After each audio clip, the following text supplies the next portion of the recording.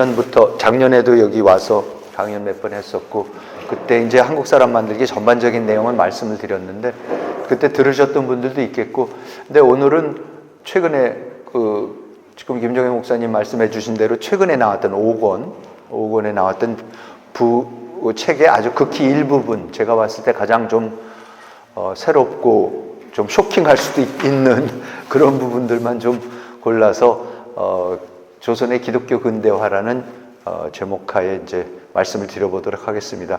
제가 이것도 이제 김명구 목사님하고 김정희 목사님하고 같이 하던 종로목유 서평대회에서 제 책 3권인가 한국 사람은 친미기독교파 1 그거를 발표하고 그랬을 때 그때 오셨던 늘 오시는 경기대학교 김기봉 교수님이 계신데 쭉 토론이 끝난 다음에 이거 완전히 기독교 근대화론인데 그러시더라고. 그래서 근대화론이라는 게 사실 막스 베버의 프로테스탄트 윤리 이런 자본주의 이런 것들이 있고 그렇지만은 우리가 근대화에 여러 가지 이론이 있지만은 새삼 기독교 근대화론이라는 건 진짜 없었는데 이분이 듣고 보시더니 당신 얘기하는 거 완전히 기독교 근대화론이라고 해서 나 그거 쓰겠다고 앞으로 제가 쓰겠습니다.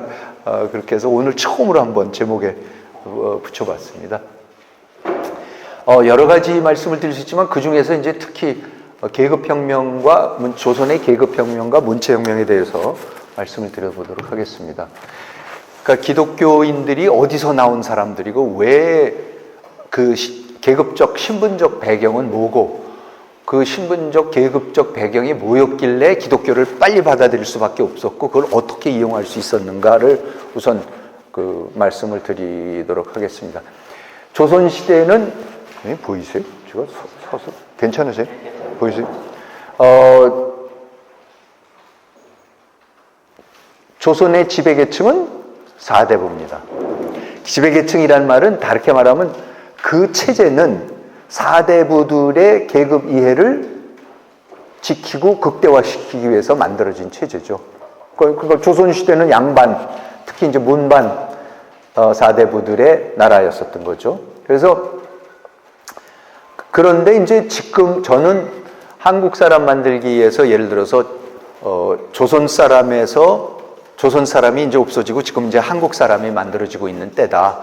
조선 사람하고 한국 사람 헷갈리면 큰일이 난다. 이건 완전히 다른 인간형이고 전혀 다른 체제와 이념과 가치관을 추구하는 전혀 다른 인간형들인데 그 조선 사람이 한국 사람이 되어가는 그 과정에 여러 가지가 있겠지만 그게 무슨 농업 봉건 체제에서 산업 무슨 체제로 바뀌고 그런 체제적으로 바뀌는 것도 있고 시대적으로 바뀌는 것도 있고 이념적으로 바뀌는 것도 있지만은 실제로 그 사회 구성원 자체가 완전히 바뀌는 거를 우리가 간과할 때가 참 많습니다. 그래서 저는 조선은 4대부 계층의 나라였다라면 한국은 지금 대한민국은 그리고 조선에서 대한민국까지 오는 그 100여 년의 그 세월은 4대부 계층이 완전히 몰락을 하고 그리고 중인 계층 그러니까 조금 이제 말씀을 드리겠지만 중인 계층의 사람들이 잡는 세계입니다. 그러니까 근데 중인 계층을 조금 더 자세히 말씀을 드리면 저는 제2 신분 계층이라고 그러는데 이제 그거를 좀 말씀을 드리도록 하겠습니다. 근데 그러면 어떻게 해서 조선의 4대부들이 잡고 있었던 거를 대한민국의 중인 계급이 잡게 되는 이게 뭐 때문에 일어났느냐? 당연히 근대화라는 것 때문에 일어나는 거죠. 외세가 도래하고 서세동점이 일어나면서 이제 근대화가 일어나면서 그 근대화에 문반 4대부들은 전혀 적응을 못하고 몰락을 하는 반면에 완전히 이 중인 계급, 제가 말씀드릴 제2신분 계층은 완전히 물 만난 물고기들이 됩니다. 그러면서 이제 이 계층이 부상을 하게 됩니다. 4대부들은 조선의 인구의 3%에서 5%밖에 안 됐습니다. 그리고 우리가 아는 것은 이제 4대부가 있고 그 다음에 평민, 천민 이거는 우리가 많이 들어봤죠. 그런데 그 사이에 제2신분 계층이라는 계층이 있습니다. 이게 뭐냐면 중인, 무반, 서울, 서북인, 향리. 이런 사람들이 있죠. 다 들어보셨잖아요.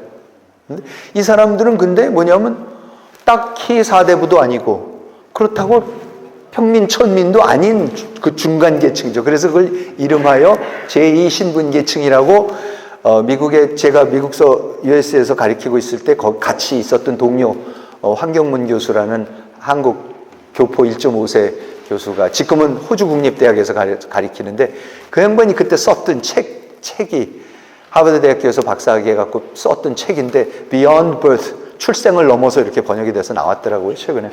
그 책에 나오는 내용인데 제가 그걸 읽고서 완전히 쇼크를 먹었습니다. 아, 역사를 이렇게 심층적으로 봐야 되는구나. 그래서 그 내용을 제가 이제 소화를 해서 거기에 기독교의 문제하고 같이 섞어가지고 이제 이번에 책을 썼는데요. 책에 한 장을 썼는데. 자, 그러면은 이 제2신분계층이 중인, 무반, 서울, 서북인, 향리인데, 그 당시에 놀라웠던 건요, 조선이 다른 나라랑도 다른 유교를 하던 중국과도 달랐던 건 뭐냐면 신분에 따라서 직업이 완전히 결정이 돼 있었습니다.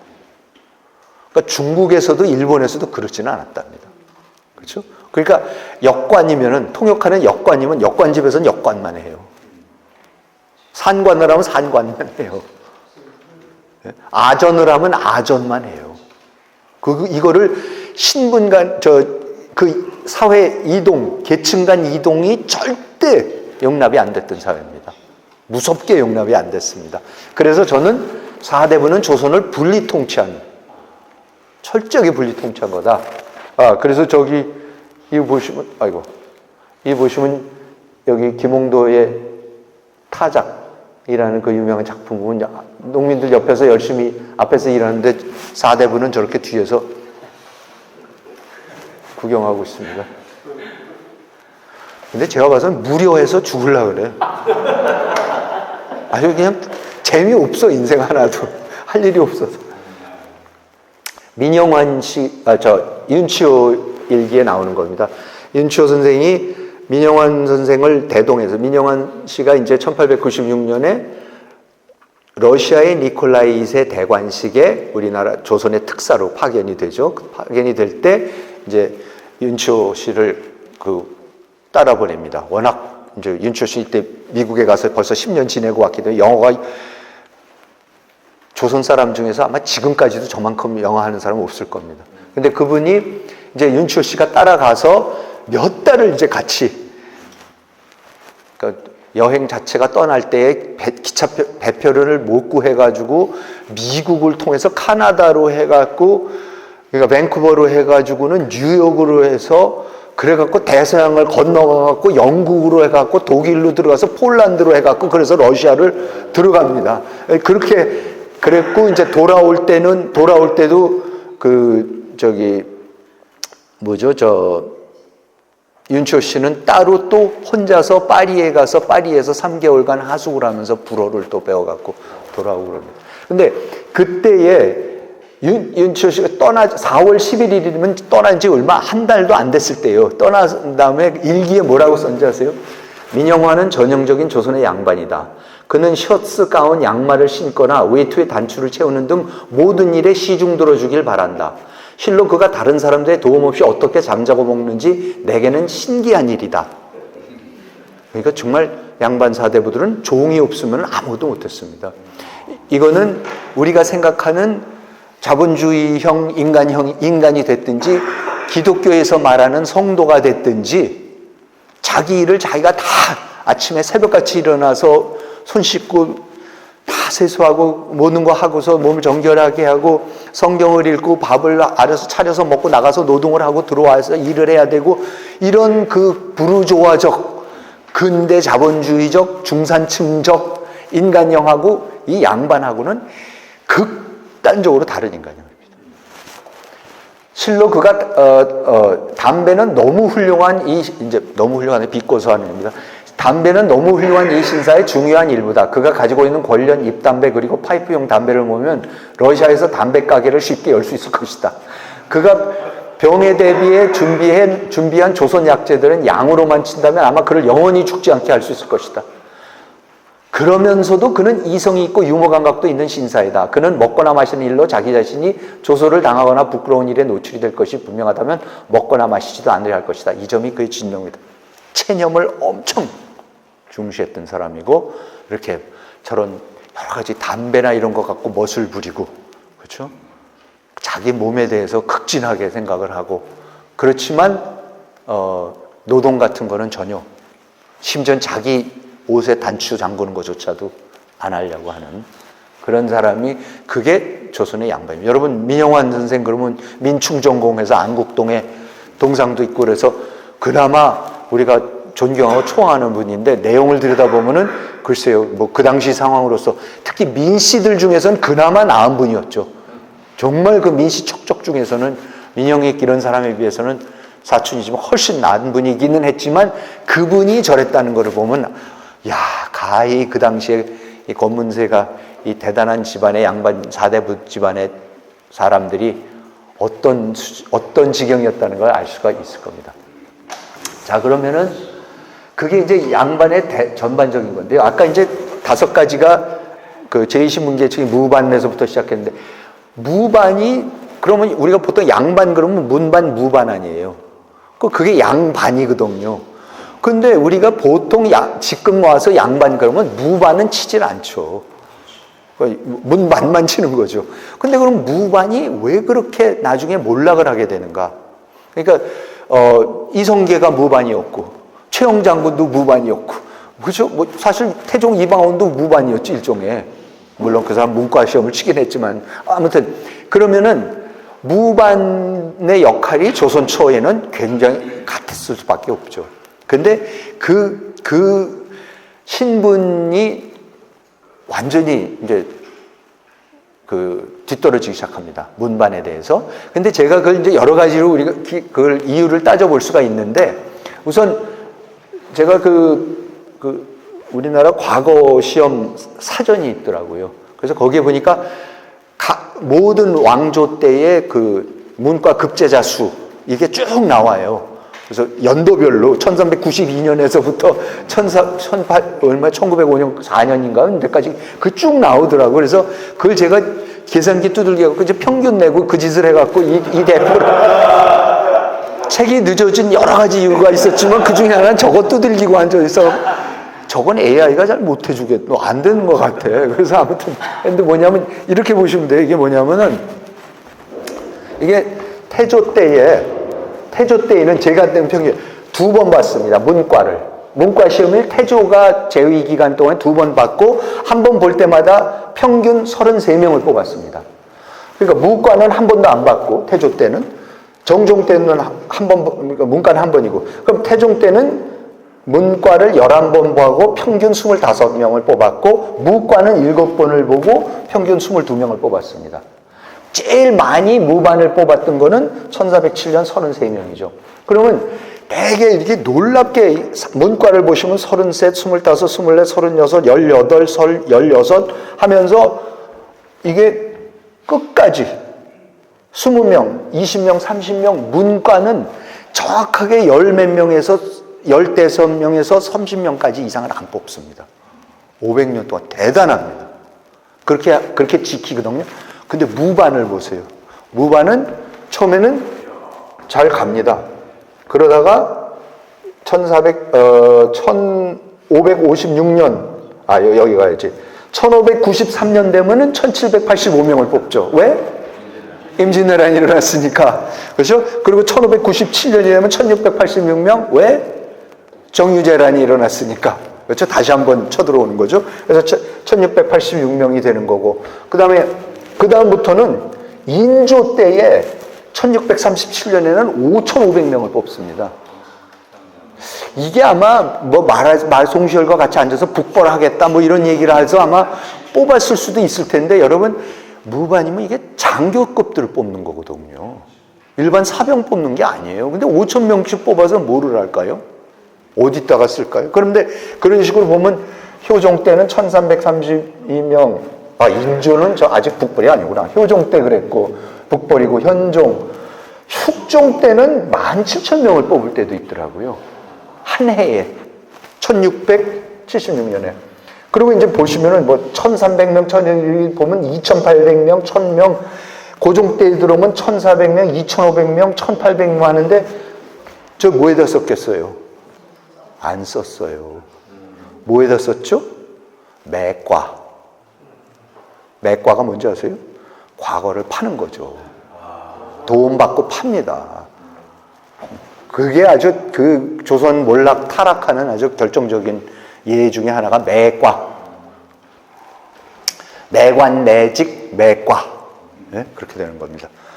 그러니까 무반은 완전히 지위가, 그래서 조선 중기를 지나기 시작하면 문반이 절대로 무반하고 결혼 안 합니다. 그래서 완전히 따로 되고 무반들끼리만 살고 문반들끼리만 결혼하고 그러면서, 왜냐하면 자기의 세력을 유지하려고 그러니까, 자기 지위가 격화되는 거를 막으려고 그러니까. 그 대신 또 무반들은 딴 사람들하고 섞이면 안 되니까 자기네들끼리만 결혼해서 무반이 형성이 됩니다. 그 다음에 이제 중인. 중인이라는 거, 우리가 흔히 중인이 제일 잘 알려져 있는데, 중인이 보면 역관, 율관, 음양과, 산관, 화원, 사자관 등입니다. 이 사람들이 역관이 통역사. 그러면 사신들이 중국에 연행사로 사신들이 가면은 뭐 대단한 사대부들이 가가지고 자기네가 이 중국의 경전들 다 알고 뭐 한서 이런 거 중국 사람만큼 다 아니까 가갖고는 필담을 나누잖아요. 서로가 필담을 말을 못해요. 그런데 역관들은 모르는 사람들이, 역관들은 진짜 중국말을 하는 사람들이에요. 그래서 통역을 하고 가서 일 처리하는 거 다 중국말을 진짜로 하는 사람들이죠. 그게 역관입니다. 율관은 법관.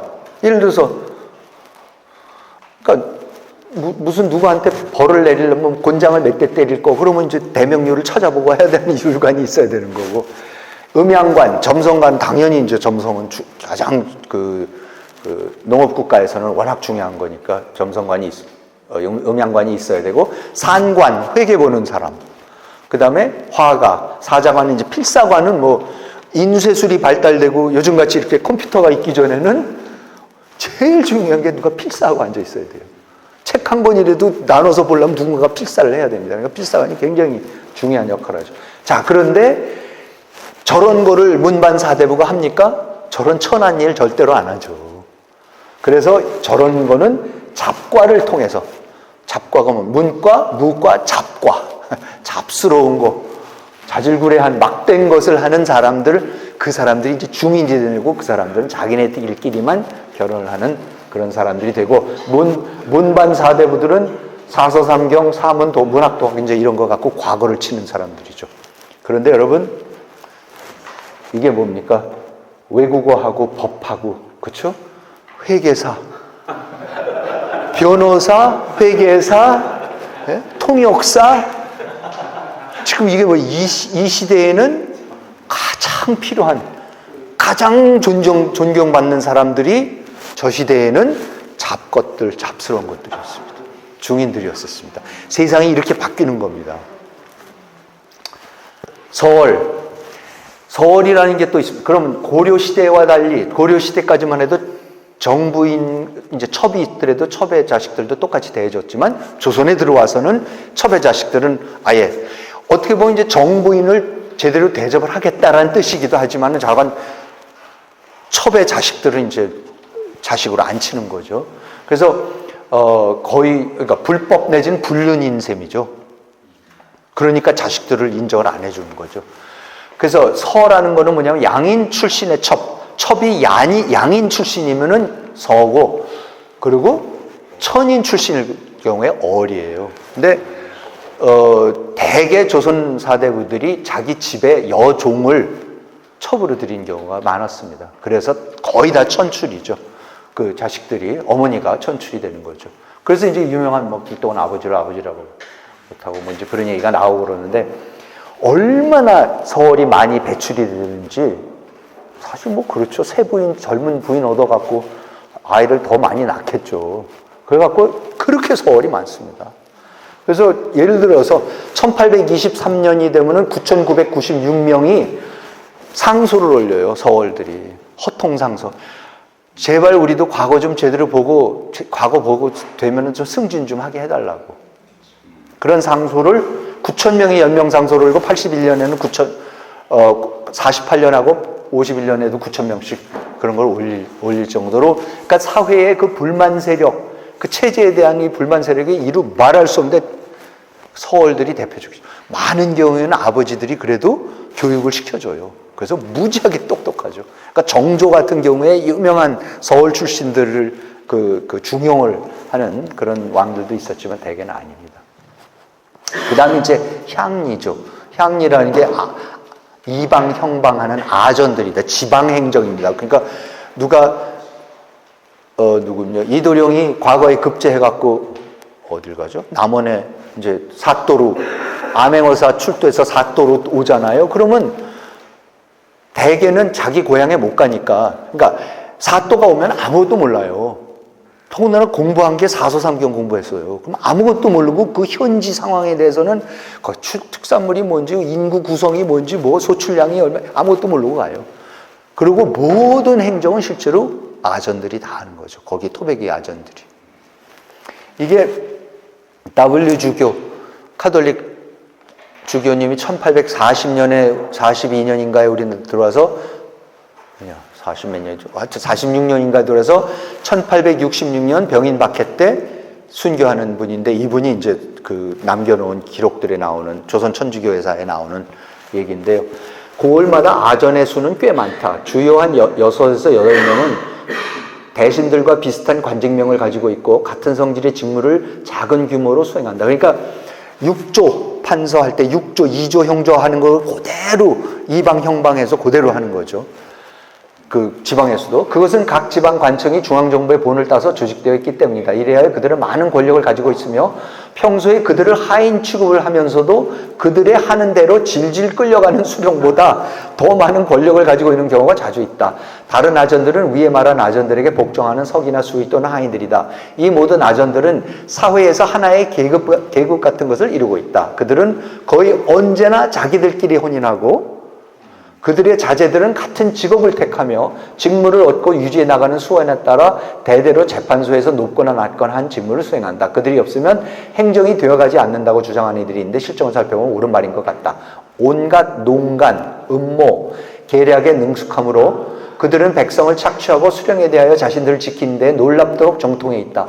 파면하고 축출하고 모욕하고 구타하여도 그들은 모든 것을 참아 견딜 줄 알며 복직할 기회를, 또 어떤 때는 심지어 너무 엄격한 수령들을 내쫓을 기회를 잡으려고 엿보기도 한다. 그래서 제가 책에도 아주 길게 인용해 놓은 거를 보면 그 아주 곧고 청렴한 새 사또가 부임한 사람을 완전히 파탄시키는 실제로 있었던 일, 그 얘기가 나오는, 진짜 꼭 한번 나중에 기회 되면 읽어보시면 너무 기가 막힙니다. 너무 길어서 읽을 수가 없고. 근데 이렇습니다. 왜냐하면 그들은 대부분 정규 급료가 없습니다. 급료 안 줍니다. 또 급료가 있다는 자들도 그것을 받는 일은 매우 드물기 때문에 한편으로는 백성을 희생시키며 수령의 끝없는 탐욕을 만족시켜야 하고, 또 한편으로는 자기들과 가족들의 생활을 비롯해서 많은 돈을 쓰지 않을 수 없으므로 그들은 그들의 이익을 위하여 행하는 사기와 주구만으로 살아가는 것이다. 그러니까 그렇게 만들어 놓은 구조죠. 저 사람들은 그렇게밖에 살 수가 없게끔 만들어 놓은 구조입니다.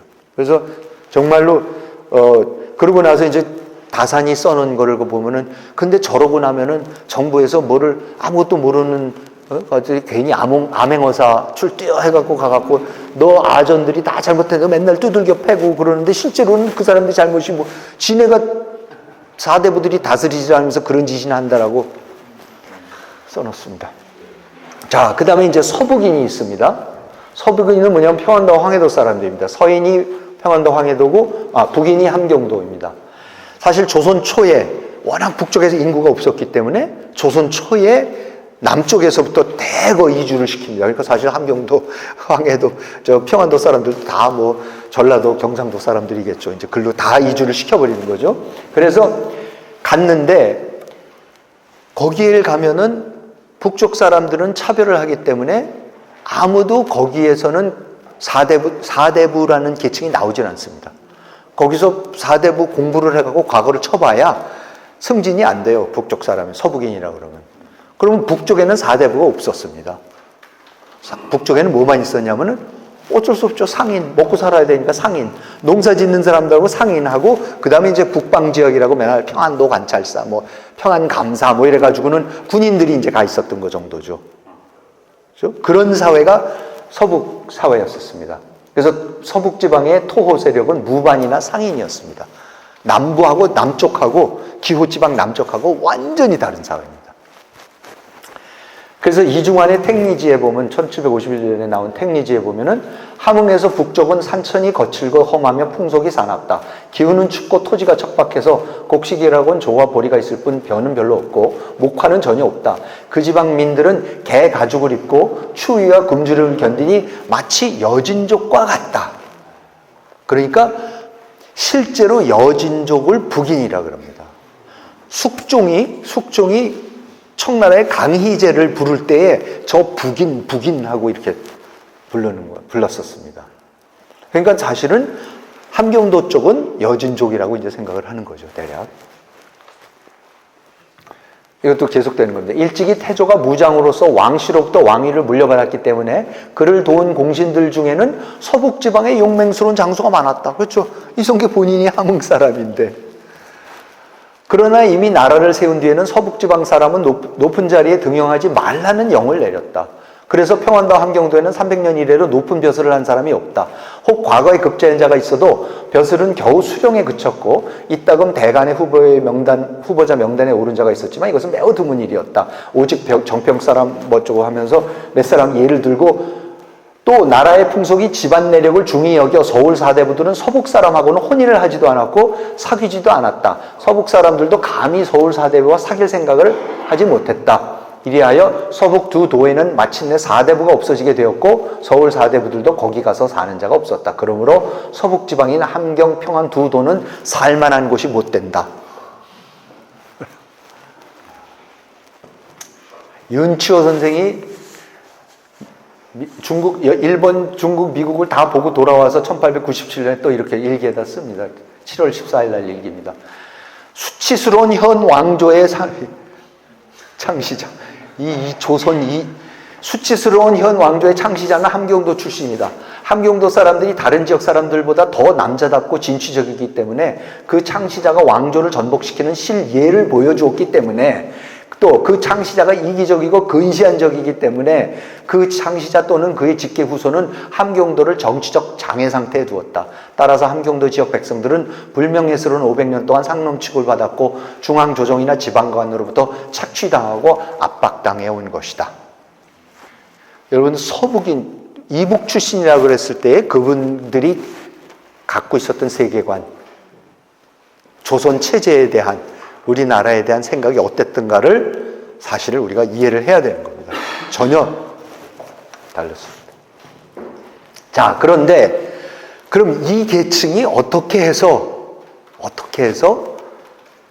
신분 상승을 이루기 시작하느냐? 이게 근대화죠. 1881년에 어쩔 수 없이 1876년에 강화도 조약을 하고 나라를 열었는데 어떻게 해줄지 모르고 있다가 1880년에 본격적으로 이제 나라를 열겠다 그래서 그때의 통리기무 아문이라는 걸 만들어서 양무운동을 시찰하여서 영선사를 파견하고 일본의 메이지 유신을 시찰하기 위해서 신사열람단을 파견하고 최초의 근대군인 별기군을 설치하는 임무를 맡습니다. 그래서 저거를 하자마자 1년 반 돼서 이모군란이 일어나서 다 때려부셔요. 저걸 다 때려부십니다. 그러고 나서 82년에 이모군란을 진압을 하고 다시 대원군 저 청나라 압성되고 다시 민씨 척족들하고 이걸 잡은 다음에 그 다음에 둘로 나눕니다. 간단히 해서 내무화문하고 외무화문 내무 외무로 이제 나눴습니다. 이게 조선 최초의 근대 기구입니다. 정부 기구입니다. 그렇죠? 그래서 특히 이제 외무화문에 보면요. 외무화문 산하에 4개 부서를 두어서 외교, 세관, 자원개발, 통신 이거를 담당하라 그럽니다. 근데 그럼 문반 사대부가 외교, 세관, 자원개발, 통신을 압니까? 몰라요. 네? 그리고 동문학을 설립하여 외국어와 행정교육, 근대 서적 출판을 또 시켜요. 저거를 사대부가 합니까? 아니죠. 그러니까 외무하면은 4명의 참의를 두었는데 참의라는 거는 차관보 정도가 됩니다. 그중 한 명은 중인 출신인 변원규가 됩니다. 처음으로 중인 출신이 정부의 관리가 되는 겁니다. 제대로 된 관리가 되는 겁니다. 그리고 외무하면 협판, 차관으로까지 승진하고 외무하면 참의에 임명되는 변수, 중간에 변수입니다. 그 다음에 고용희, 정병화 등 전부 다 중인 출신들이다. 저런 분들이 중간에 저 변수, 저 양반은 갑신정변 실패하고 미국에 건너가서 메릴랜드 대학을 졸업하면서 조선 사람으로 최초의 미국 대학 졸업생입니다. 근데 졸업하자마자 전차 사고가 나서 돌아가요. 굉장히 안타까운 분입니다. 똑똑하고 그런 분인데 그러면서 중인 계급들이 슬슬 이제 신분 상승을. 법이 이제 이게 1894년 12월 16일 날 2차 갑오 경쟁이 시작되는 첫날에 서광범이 근대식 법령학교를 세울 것을 제안해서 법관양성소 1기생 1895년 4월 16일 총 50명이 입학합니다. 수업 연한은 6개월이었고, 그러니까 이게 뭡니까? 나라를 열어갖고 세관을 만들고 조약을 협상을 해야 하고 그러는데 문반사대부들이 아무것도 몰라요. 그러니까 야, 누군가가 국제법을 알아갖고 야, 해관이 뭐 하는 데야? 조세를 어떻게 하라는 얘기야? 그야말로 지금 그 테리프를 어떻게 매기는 거야? 이제 이런 거를 해야 되는 거죠. 이제 그래서 그냥 속성반을 만들어내는 겁니다. 그래서 6개월. 근데 또 우등생은 3개월 계조니까 속도 더 짧게. 그러니까 급했던 거죠. 3개월 시켜갖고. 일기 졸업생 중에는 우리 김종회 목사님이 자세히 다뤄주신 우리 할아버지 그 함태영 그 다음에 이준 열사 이런 분들이 있었던 거죠. 자, 그러면 이 이런 분들이 이제 뭐 졸업 후 최초의 근대 재판소, 한성 재판소 검사직으로 관직을 시작한다? 뭐 지금 들으면 굉장한 것 같죠? 이 양반 출신을 보세요. 함태영은 함경북도 무산 출신이고, 이준은 함경도 북청 출신입니다. 서인도 아니라 북인이에요, 북인. 정말 이건 근본을 알 수가 없습니다. 우리 증조 할아버지가 무반으로 함경북도 무산에 가셔서 거기서 우리 증조 할머니 현지철을 만나셔서 우리 할아버지 낳고 또 혼자 내려오셔요. 그래서 10몇 년 후에 갖고 따라와갖고 어떻게 갖고 1896년에 한성에 와갖고는 아마 증조 할아버지가 그러셨겠죠. 야, 넌 임마 아버지는 무반이고, 야, 너는 임마 함경도 무산 출신인데 넌 과거 아마 칠 자격이 있는지도 잘 모르겠고 쳐봐야 소용없어. 그러니까 야, 근데 이거 어떡하지 그랬는데 갑오 경쟁이 일어나서 서광범이 10년 만에 미국서 돌아왔고 미국 정부에서 일해보니까 야, 러여가 필요하다 그래서 이걸 만들니까 너 거기 들어가 준 거예요. 그러니까 재빨리 이준은 환조, 이준 보고 자꾸 왕실 후손이라고 하는데 이게 굉장히 왜곡된, 그러니까 사실은 맞는 이지만 내용을 들여다보면 왕실 출신이다라는 말에서 풍겨오는 그 내용은 아무것도 없어요, 사실은. 이승만이 왕실 출신이다. 사실 아무짝에 쓸모없는 얘기예요. 왜? 여기서 보세요. 이준은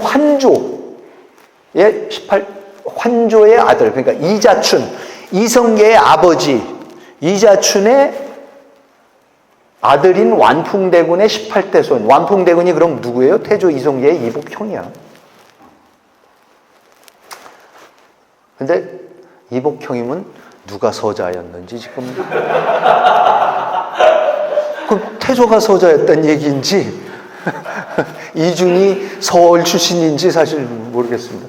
다시 말해서 좋게 말해서 몰락한 저런 분들이니까는 법관양성소라는 데라도 들어가는 거예요.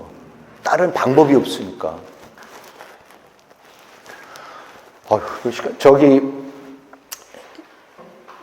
이거 기르란 박사님이 이거 만들 때 같이 도와주셨어. 내가 만들고 보내갖고 추가 좀 더 해. 진짜 나중에 어지러워서 못하겠더라고. 근데 그런 거예요. 그러니까 우리가 아는 고영근, 남궁옥, 박영만, 서재필, 안창호, 양홍무, 윤치호, 이상재, 이승만, 이승훈, 이원궁, 이준, 정교, 주시경, 최병은 전부 다 기독교인들이에요. 그리고 출신들을 보세요. 서북인, 무반, 철원, 서재필은 문반이고 서북인 뭔지도 몰라. 무반, 예? 그리고 뭐 잘해야 몰락한 반개왕실, 서북인 몰락한 반개왕실, 그렇죠? 황해도 봉산군 누름골 이렇습니다. 그런데 그러면서 뭐예요? 전부 다 기독교예요. 저런 사람들이니까 기독교예요.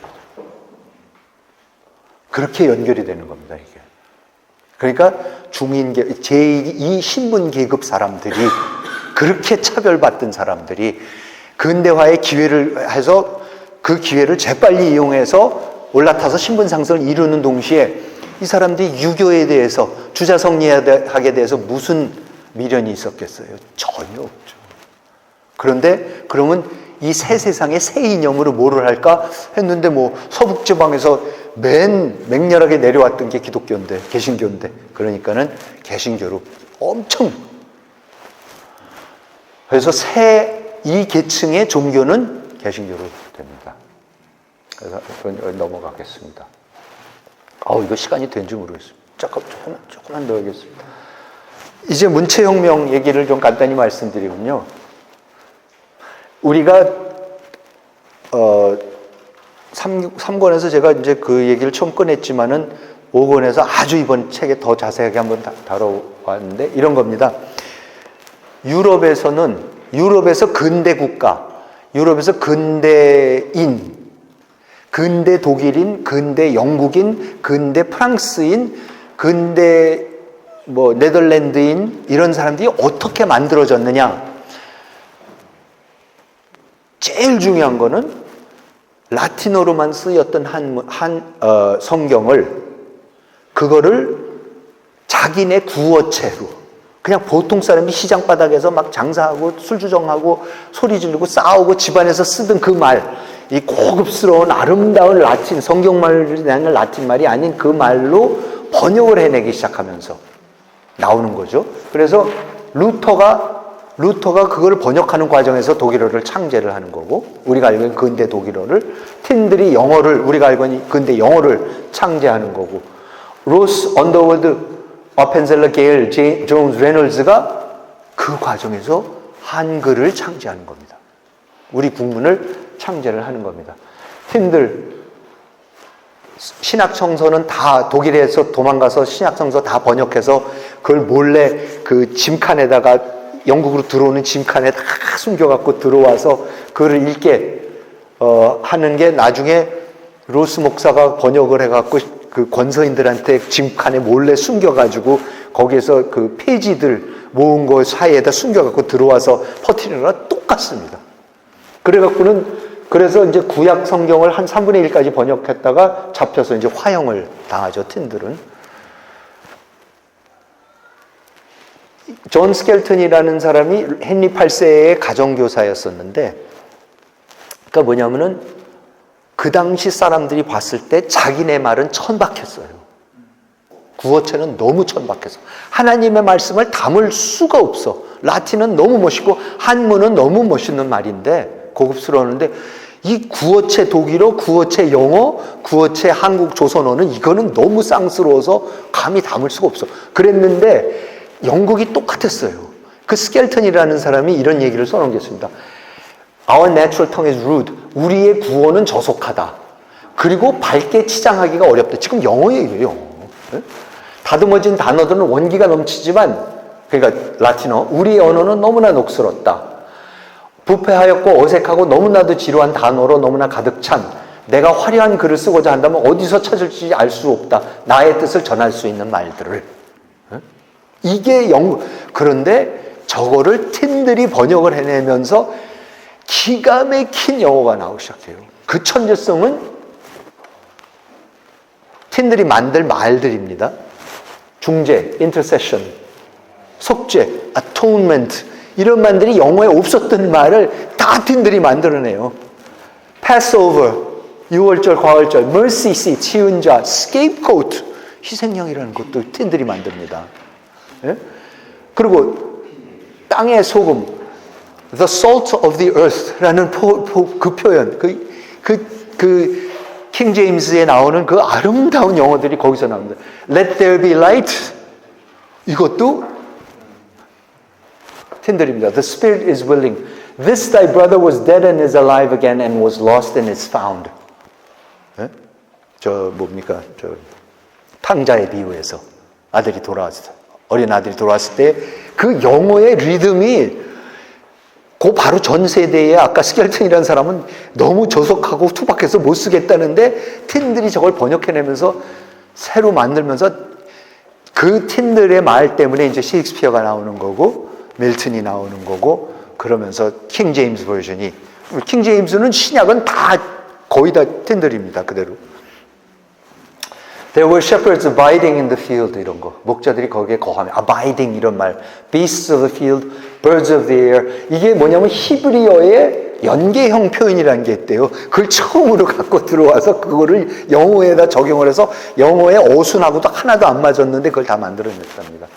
그러니까 illumination을 light라고, 그러니까 너무나 라틴어적인 말은, 너무나 어려운 말은 illumination을 light, ingest를 eat로 바꾸고 cultivate는 grow로 바꾸고 incinerate는 burn으로 바꾸고 하면서 단순화로도 시키면서 아름답게 만들어서 보통 사람들이 읽어도 이해하고 감명을 받을 수 있도록 한답니다. 그래서 그때에 처음으로, 그러니까 루터의 성경책을 받아들어서 읽기 시작한 독일 사람, 틴들의 성경책을 받아서 읽기 시작한 영국 사람은 처음으로 예수님이 독일어를 하는 것을 들었대.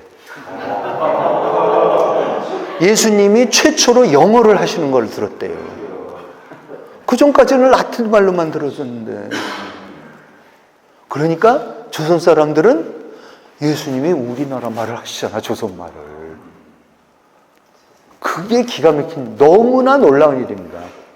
그 과정을 통해서 국어가 나오는 겁니다. 한글이 나오는 겁니다.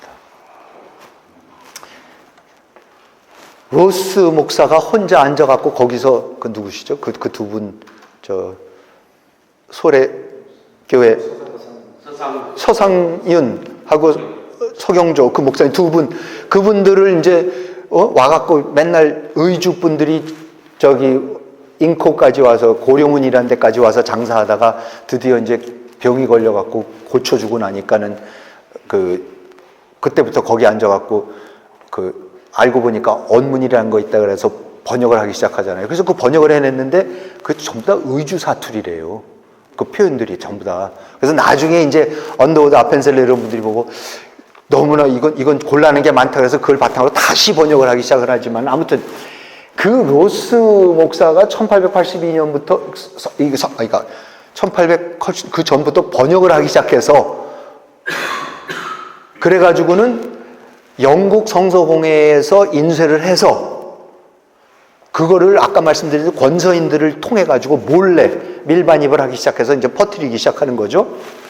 여러분 1882년에서 87년 5년 사이에 신약이 5,000 편이 들어가는 거고 단편 성경이 그러니까 신약이 5,000권이 팔리는 거 나눠지는 거고 단편 성경이 62,000입니다.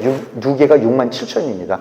88년 그러니까 매년 거의 7만 8만 9만 부씩 책이 팔리는데 여러분 저 전에 이 책이 나오기 전에 성서가 나오기 전에 로스의 성서가 배급되기 전에 조선에서 책이 몇 권 팔렸게요? 1년에? 한 권도 안 팔렸어요. 조선에는 책이 유통 구조라는 게 없었습니다. 책방이라는 거 없었습니다. 출판사라는 거 없었습니다. 네? 책이 필요한 거는 사서삼경 과거 칠라는 사람들한테는 정부에서 그냥 관청에서 찍어가지고 사대부들한테 줘버린 거고 나머지는 뭐예요? 자기 집안에서 대단한 집안에서는 자기 조상의 문집을 찍는다고 이거 우리 저 안동 같은 데 가면 많은 자기네 조상들 문집들 있잖아요. 이렇게 깎아놓은 것들 목판으로 해놓은 거 그것도 또 다 스님들 불러갖고 스님들이 그 팔만대장경 하는 그 역사가 있으니까 이제 그런 거나 하고 그러고는 책이 없었습니다. 근데 그게 뭐 여러 권 찍어서 유통시키는 것도 아니고 그러니까 다산의 무슨 문민심서가 됐든 무슨 모든 책들이요 1910년 이전에는 인쇄가 된 적이 없어요. 그러면 그러면 목민심서를 조선 사람이 몇 사람이나 받겠습니까? 그것도 강진에 귀양 가서 16년 살면서 썼는데, 이거 전부 다 나중에 일제시대에 들어가면서 근대 인쇄술이 나와서 책들을 찍어내기 시작해서 전국으로 배급을 하는 유통구조가 생기니까 이게 가능해진 일이지, 그전에 하나도 없었습니다. 그러니까 이게 뭡니까?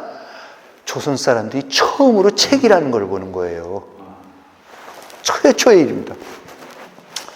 그것만 합니까? 1885년에 조선선교서회라는 것, 지금 대한기독교서회가 설립돼서 첫 해에 89만 페이지가 간행이 되고, 86년에 32,600부의 전도문건 인쇄하고 주문이 들어오고 17,600권이 판매가 되고, 90년에 언더우드 조선어회화 입문서 문법 주석 제2부가 영어를 조선어로, 간이 조선어 사전, 네비우스 그리스도의 문답 번역, 올린저의 인과기도 번역, 사도신경, 그리고 십계명, 마틴의 천도소원, 기독교의 제문제, 로마교와 프로테스탄교, 그리고 네 줄을 가까이 하려 함을 포함한 찬송가가 1894년에 처음으로 출간이 되고, 게일의 한영 대자전이 나오고 1894년에 철로역정이 번역이 됩니다.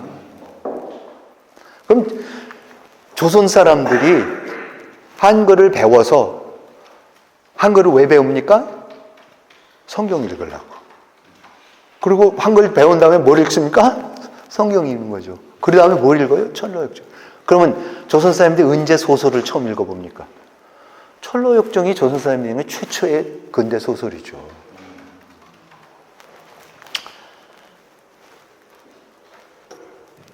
그리고 그 책들을 본격적으로 배제학당에서 아펜셀러나 이런 분들이, 올린저 이런 분들이 산문 출판사라는 걸 만들죠. 트라이링구얼 프레스. 그래서 한문, 영어, 한국어 그 프레스를 찍는, 책을 찍는 거를 만들어서 조선 최초의 출판사입니다. 그러니까 세종대왕의 나라에서 제대로 된 인쇄를 해서 출판사가 차려지는 거는 이때가 처음입니다. 그래서 그때에 배제학당에서 학생들한테 가르치면서 가르치다가 미국에서는 미국식으로, 지금도 그렇지만 미국은 학생들한테 공짜 교육을 안 시켜줍니다. 꼭 자기가 등록금을 내거나 아니면은 자기가 일을 해야 되죠. 워크스타디죠. 노동 일을 해야 됩니다. 근로장학생입니다. 무조건. 그래서 근로를 시켜야 되는데 여러 가지 일을 시킬 수, 정원도 좀 하고 그렇지만 대개 그때의 배제학당에서 근로장학금을 주는, 근로하는 게 뭐냐면 그 산문 출판사에 가서 식자공을 하는 겁니다. 식자공, 이렇게 그 인쇄소에 뭘 식자를 하는 겁니다. 그거를 해갖고 보면은 89년 기록 같은 데 보면 우리 선교 출판사는 5명의 학생들을 고용하고 있습니다. 그런데 그 중에 누가 있습니까? 주시경이 있습니다. 주시경은 그렇게 해서 한글을 배우는 겁니다. 그리고 주시경이 한글을 그렇게 배워가지고 나중에, 일단 넘어갈게요. 빨리. 그러면서 언문 교육은 누가 시키느냐? 한글 교육을 제일 먼저 시키는 기관은 배제이화경신입니다. 우리나라 기업기관이 아닙니다. 언문책의 출판은 산문출판사하고, 그 언문책을 최초로 보급하는 거는 최병원 목사가 한테 아펜셀러 목사가 맡겼던 대동서시라는 조선 최초의 책방입니다. 그래서 들어와서 마음대로 책을 보고 사도 되고 안 사고 놓고 나가도 되고 그런 기록들이 다 있습니다. 그러니까 넘어갈게요. 이때 얼마나 이대의 이화학당의 이대 교장 로트와일러가 얼마나 이 언문 가리키는 게 중요하다라는 거, 이거 그 생각같이 쉽지 않다는 얘기를 쭉 써놓은, 떼어쓰기 이런 게 너무 힘들다라는 얘기, 이분들이 먼저 다 하는 거니까, 떼어쓰기, 가로쓰기 이 사람들이 다 하는 겁니다. 그래서 저는 한문의 경전은 사서삼경이지만 한글의 경전은 성경입니다.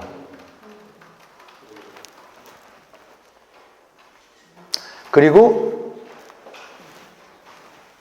서재필 씨가 1896년에 귀국을 해서 나는 딴 거 안 하고 신문 만들겠다 그래서 신문을 만들 때, 그때 오자마자 아펜셀러 집에 머뭅니다. 그래서 아펜셀러 집에 머물면서 아마 그랬을 것 같아. 아펜셀러가, 야, 당신 신문 만든다는데, 야, 한글로 해봐. 근데 원문으로 어떻게 되는데, 아이, 당신이 없는 10년 동안 우리가 다 해놨으니까 한번 해봐. 그랬을 것 같아. 그래서 독립신문이 산문출판사에서 인쇄를 합니다. 그러면서 아펜젤러가 독립신문 당신 혼자 다 못할 때니까 있는 학생 중에서 되게 똘똘하고 이거 식자도 잘하고 너무 한글에 대한 언문에 대한 이게 아주 밝은 주시경이라는 본명 주상호라는 학생이 있는데 얘 좀 데리고 가서 일하시오. 그래서 주시경을 딸려 보내줘서 그래서 서재필 씨가 주시경하고 같이 주시경 선생하고 같이 독립신문을 만듭니다. 그리고 주시경 선생이 한글에 대해서 쓰는 최초의 책은 1907년이나 나와요. 왜냐하면 거기서 다 배웠기 때문에. 배워서 소화를 시켜서 하면서 그랬을 거 아니에요. 처음에는 학비 벌려고 하다 보니까 야 이거 대단한 일이네. 이거 되게 중요하네. 그리고 띄어쓰기 해보고 그거 다 했을 거예요. 식자하면서 여기서 띄어야 돼. 구두점 여기다 찍어야 돼. 이거 다 했을 거 아니에요. 그러니까 그 지식이 한글에 대한 지식이 그 누구보다도 앞설 수밖에 없죠. 그러니까 주시경 선생의 한글이 그게 나오는 겁니다. 이렇게 해서 한국 사람이 만들어집니다. 국문이 생기고 그리고 그 기반은 기독교가 마련을 합니다. 우선 여기까지 마치도록 하겠습니다. 시청해 주셔서 감사합니다.